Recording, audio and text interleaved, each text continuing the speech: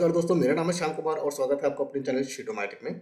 इस वीडियो में हम जानने की कोशिश करेंगे, अगर आप गूगल शीट में काम कर रहे हैं और आपका जो ऐप्स स्क्रिप्ट है वो ओपन नहीं हो रहा है, इस टाइप के अगर आपको एरर दे रहा है क्लिक करने के बाद, अगर आप जाकर यहाँ पे क्लिक करते हैं ऐप स्क्रिप्ट में और आपको इस टाइप के एरर देता है, तो इसके क्या पॉसिबल रीजन हो सकते हैं। तो इसके जो पॉसिबल रीजन्स हैं वो क्या है, आपको क्लिक करना है यहाँ पे अकाउंट्स में और देखना है यहाँ पे कितने सारे अकाउंट से साइन इन आपने कर रखा है।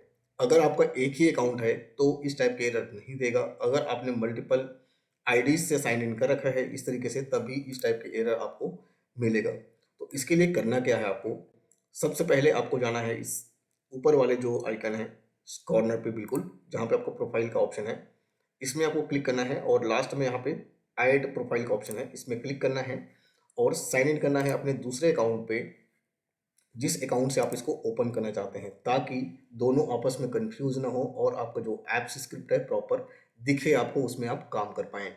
तो यही इसका सॉल्यूशन है। इसके लिए मैंने एक सेपरेट वीडियो बना रखी है, कैसे आप अलग से प्रोफाइल क्रिएट करते हैं, कैसे उस पे काम करते हैं।